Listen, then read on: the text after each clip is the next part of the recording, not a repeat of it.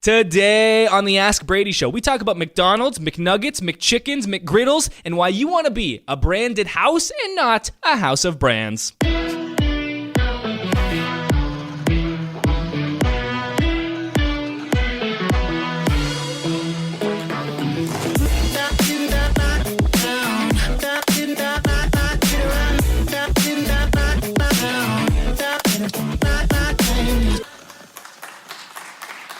Well, hey there, and welcome to the Ask Brady Show, episode number 52. We've got 4 great questions from the people of Pro Church Nation, and I'm joined, as always, to my left. It's your right. It's Roxanne. It's true. True it is, behind the camera, the editing wizard himself, Joe Nex. And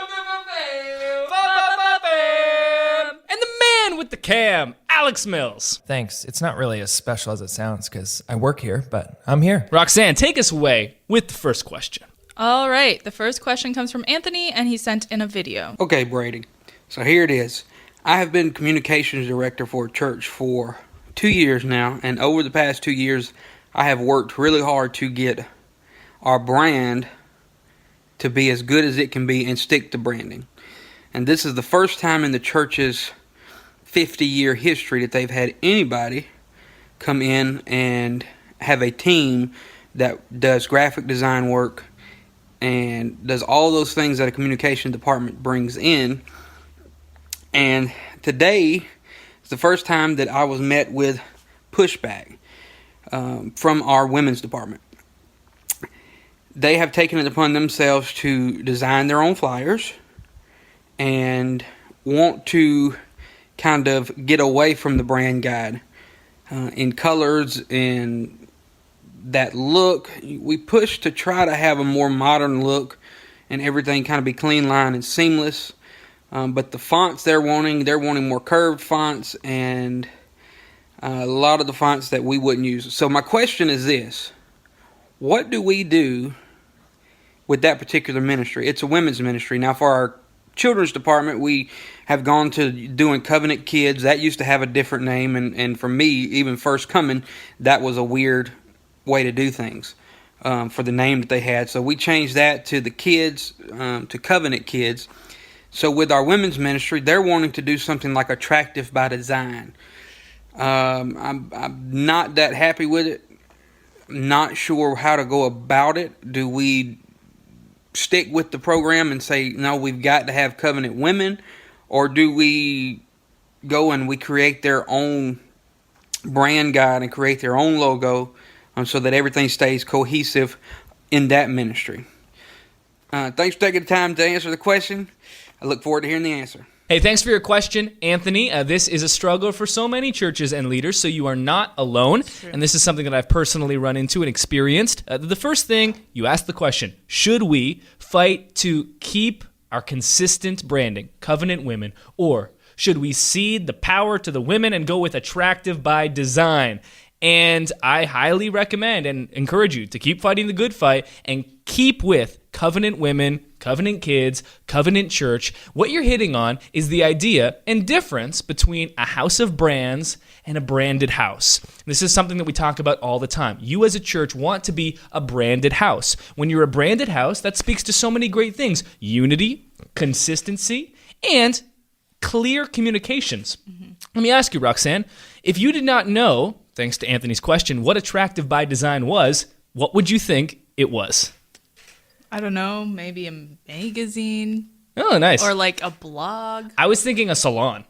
Oh, yeah, that's true. Yep. I was thinking maybe like handcrafted goods also. Attractive by Design, the new handcrafted goods shop on Queen. Yeah, like right? A local like beauty cream, like yes. face wash. Attractive by Design. Paraben free. GMO free. Yeah. Why would there be GMOs in it? I don't know, but it's GMO free. Yeah. You want to be a branded house, not a house of brands. One of the main reasons for this is because the average church, pretty much every church, does not have the bandwidth required to keep up with multiple brands and actually serve all those multiple brands well. Think about all the churches in the world that don't have a singular brand that they can keep up with and stay consistent with and actually accomplish. To double that with the women's ministry. And then once the women's ministry does it, what about the kids' ministry? What about the men's ministry? Yeah. This is something that was super popular in the 90s and 2000s. It comes down to the idea of We do not have a firm identity for our church, and so we need to create these cool, catchy names to lend a little bit of identity to kind of cover up Band-Aid solution for what's really lacking. To give a couple of examples of this in the real world, McDonald's, Yeah. branded house, McNuggets, McGriddle, the McChicken. McDonald's did such a good job of creating a branded house that the Mick insert here has been a running joke for decades.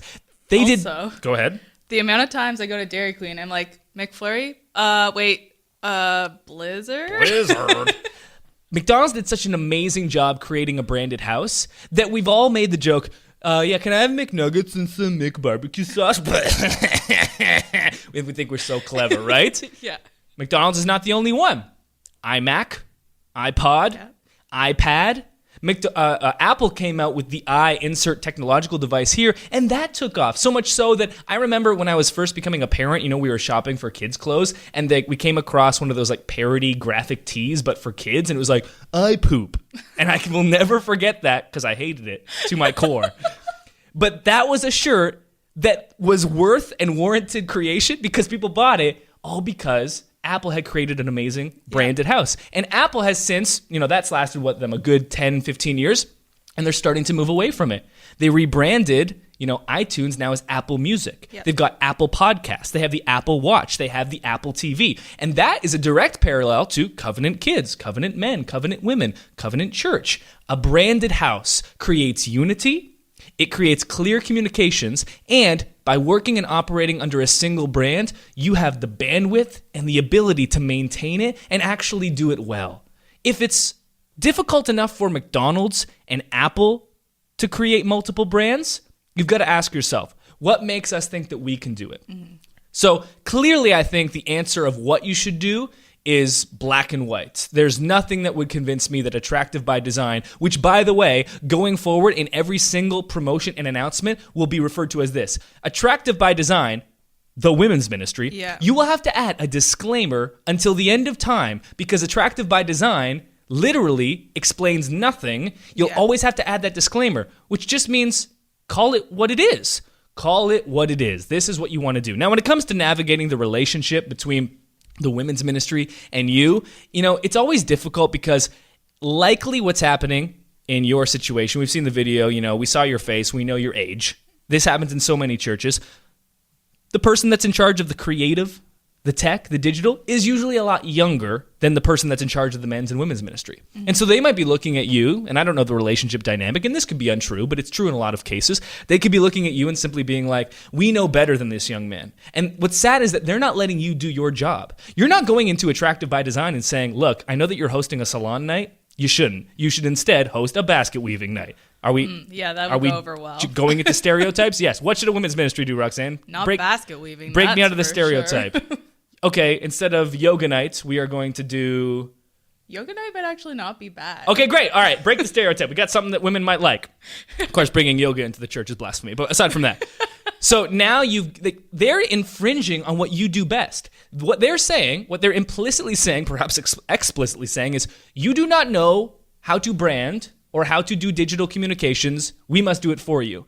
And really, I don't know what to say other than that's an overstep of their bounds, unless the person that runs the women's ministry is also deeply involved in, the creative ministry and the branding and all of that. And sometimes this can be the case, smaller churches, we're in multiple different roles. But what's happening here is they're not letting you do your job. You have set up this creative brand and you've stuck to it for so long. You've worked so hard to get here, Anthony. Do not give up now. There's a couple different ways that you can do this. You can go to the senior leadership and be like, look, we did this for a reason. Here are all the good things that have come from it. If we allow this one ministry to break away from the unified brand that we've created, because that's what you're doing. You are breaking away from the unity of the church because you think that your ministry is extra special. If we allow that, then everything that we've created has essentially been undermined. Because if we let the women's ministry do it, why not the men's ministry? Why not the kids' ministry? Why not the student ministry? And now you've got Attractive by Design, Men by Bacon, Impact Youth, and, freaking Dora Church Kids. I don't know, I ran out. I couldn't get to the fourth one. So The point is this. You can go to your senior leadership. You can say, look, I need to be allowed to do my job. We don't want to break the unity. Here are all the reasons why this is important. Look, McChicken, McNuggets, McDonald's, McGriddle, iMac, iPod, Apple TV, Apple Watch, Apple Music, Apple Podcasts, Covenant Kids, Covenant Church, attractive by design. One of these things is not like the other. No. Stick to your guns, Anthony. I think you can make it through this. Yep. All right. Next question comes from Ashley. She sent in a video. Hey, Brady. Hey, Roxanne. This is Ashley from Wyoming. I am a little behind the curve, but I am just getting ready to launch a Facebook strategy where we are posting daily based around your recommendations. Have a lot of the types of posts lined out that you guys have suggested with quote posts and just fun things to get people engaged, featuring volunteers, things of that nature. But of course, since I'm a little late to the game, now Facebook has changed its algorithm. And I've heard the suggestion to transition to a group, and it seems like a lot of these posts would fit best in that group kind of setting. But then I'm not sure what we're left to post on our page. So I don't know if we post to our page first and then share it to our group. Do we develop two different strategies for our page and our group? Do the quote posts go on the page and others go in the group? And so we're posting in both, but maybe on alternating days. Just not sure what to do with this now, and it seems like before I jump into something, to have some of those things figured out so that we can be best set up for success would be a good thing. So I appreciate any insight you have. Thanks, guys. Hey, thanks for the question, Ashley. First thing is that I don't want you to feel like just because the Facebook algorithm has changed that all of the plans and preparation that you've put in so far is, worthless. That's just not the case. In fact, we've had a Facebook group at Pro Church Tools and a Facebook page for years now before the Facebook algorithm ever went into place. And so I still think both are necessary, and all the work that you've done doesn't need to be undermined or thrown out just because Facebook made an update. Social media is ever evolving. As long as you are following best practices, they should still apply here. Now, when it comes to the difference between a page and a group, a couple of things that I would like to point out. The first is that if a group is functioning the way that it should, you, as the actual manager of the group, don't need to post very often. So we have a Facebook group private for Pro Church Nation, and in that Facebook group, I post very rarely. I jump in the comments and respond to people, but I don't post myself very often because the amount of conversation and dialogue and interaction that's happening in that group makes it self-sustaining. Yeah. Now, it took a little while to get there, and with Ashley and her church, she may need to initiate some of that dialogue to begin with, but these are not necessarily posts that you would put on a page. You don't need to post a quote post or, a video or something. It can just be really anything that promotes conversation. So you can ask questions, you can, ask people to submit prayer requests, you can talk about, upcoming events and ministries and get feedback on them. But basically, everything that happens within the Facebook group, you want to stimulate conversation and dialogue. That's what the group exists for. And once it's kind of like a snowball. Like, once you've started pushing it down the hill a little bit, it's going to start showing up in the feed of more and more of the people within your church, and then they'll start just asking questions themselves, and before you know it, you won't even have to post very often. It'll all happen organically from other people. You can jump in and respond and moderate and all that fun stuff, but beyond that, you shouldn't need to create too much content from scratch yourself. And the great thing about that is that all of the work that you put in with your Facebook page, all of those posts can still be put primarily and exclusively as much as possible on the page. Of course, with that being said, there's always, you can sometimes, it's okay to post within your group and your page the exact same thing. As much as possible, you want to keep them separated. Otherwise, why have both? Yeah. But it's okay to sometimes have stuff that crosses over. We have stuff that crosses over sometimes, but rarely, I would say. Yeah, hardly ever, I don't think. Okay, Roxanne is the moderator of this group, so apparently never. So again, crossover sometimes, but not very much. Work on the group. Work towards having it sustainable without you having to post everything in it. Truthfully, if you are having to go in and post everything and create conversation, the group is not where it needs to be and should be. Groups within Facebook only work when a bunch of people are posting within them. And if you're the one that's always going in and prompting the conversation, again, you can do that. But if that's all that's happening, it's unlikely that Facebook is going to push that into the feeds of others, because it's going to look at the activity within the group and say, well, only the moderator is always the one starting conversation. This group actually isn't that valuable to people. Mm-hmm. And so you want to have it as a self-sustaining group. People are asking questions independent of you, autonomous for themselves, and then you can keep the strategy that you've worked so hard to build for your page. Perfect. Do you have any thoughts? I mean, you moderate our group, so. No, I think you're right. Like, yeah, if you have to post everything, and then obviously the group is not working for the advantage of everybody in the group, and that's the whole point of groups in the first place. So it's not really the place to post like advertisements for stuff or promotions. Yeah, promotions. Yeah, totally. It's all about dialogue and conversation. Yeah. All right. Question 3 comes from Hope Church, and they said, what are your thoughts on whether churches should switch to business Insta accounts or stay as a regular account? Yeah, easy. If your church is on Instagram, you should transition your account from a personal to a business account right away. Business accounts on Instagram come with a number of different benefits. This is directly from Instagram themselves. By the way, the @Brady Shearer account is a business account. So you don't have to be a business to have a quote-unquote business account. You know, if you're a public figure or a brand, such as a church, you absolutely will benefit from business accounts. Why? Because when you have a business account, you get real-time metrics on how your stories and promoted posts perform throughout the day. So I can go in, see how many people are viewing my stories. I can see the most popular cities that people are viewing my stories. Cool. There's so much great data in there, and they keep adding more. At the beginning it was kind of basic, but they keep adding more. Within an individual post, you can look at the reach, you can look at the engagement, you can see how many people saw it, how many people have interacted with it. You get that data. You also, like I said, get insight into your followers themselves, right? So you can see, where am I most popular city-wise? What am I most popular in when it comes to demographics? We know that on Instagram, our biggest demographic is men age 25 to 34 because we have an Instagram business account and it lets us know that.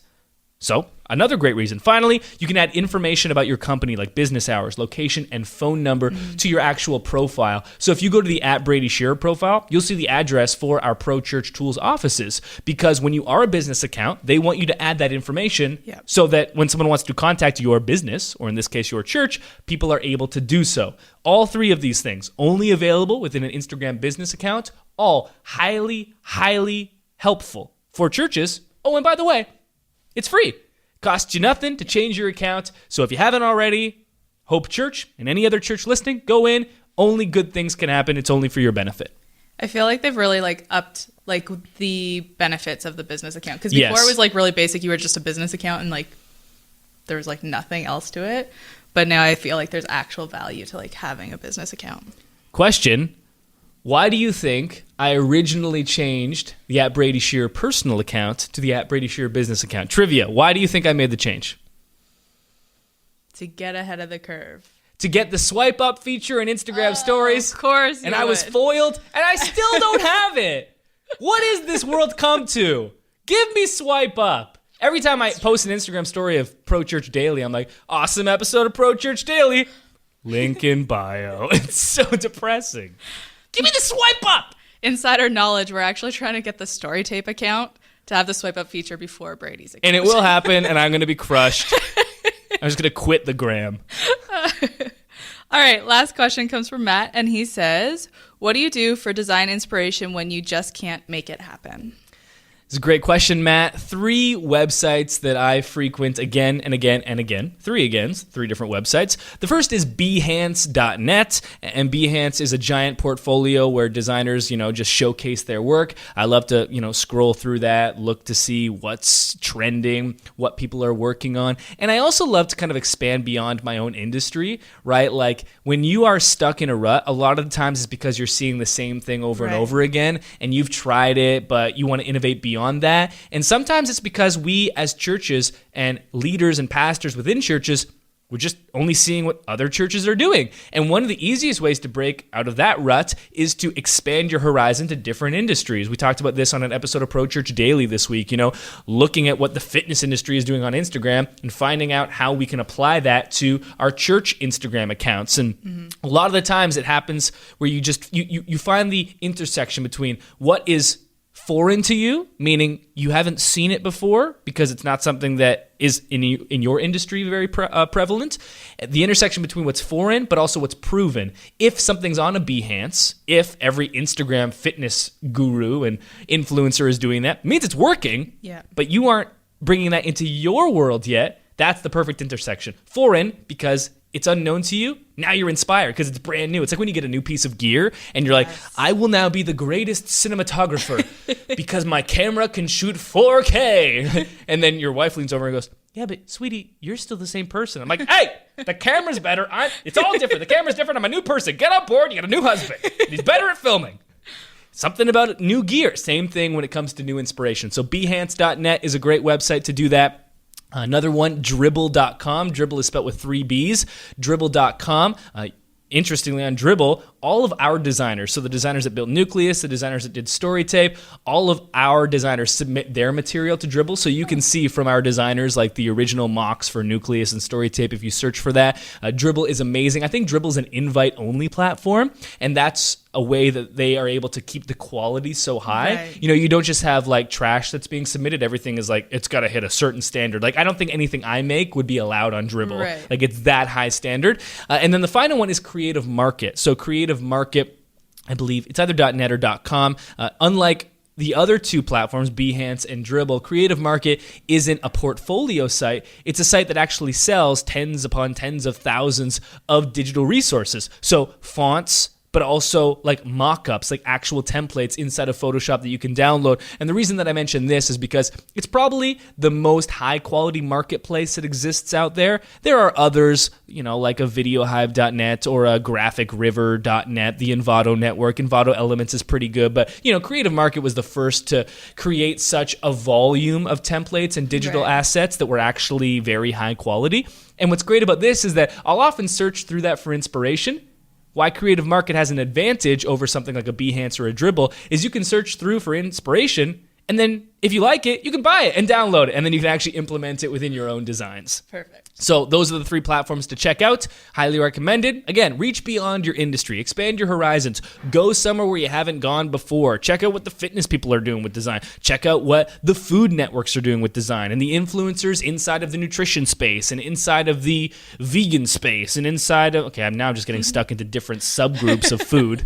Clearly, I'm too hungry. That'll do it for this episode of the Ask Brady Show. If you want your question answered, the best way to get your question answered super fast is to send in a video. Send it in to the email hello@prochurchtools.com. You can also ask your question on Facebook, YouTube, Instagram, Twitter. Make sure to include that hashtag #AskBrady so we know that you want it to be put on the Ask Brady Show. But again, send in a video. hello@prochurchtools.com. When you do that, we're going to put your question at the very top of the queue. So everyone else will have to wait for your question because videos, we like them better than written. Truth. Nothing against the people that sent in written questions, but Anthony and Ashley, they're the stars of this episode of Ask Brady because they sent in videos.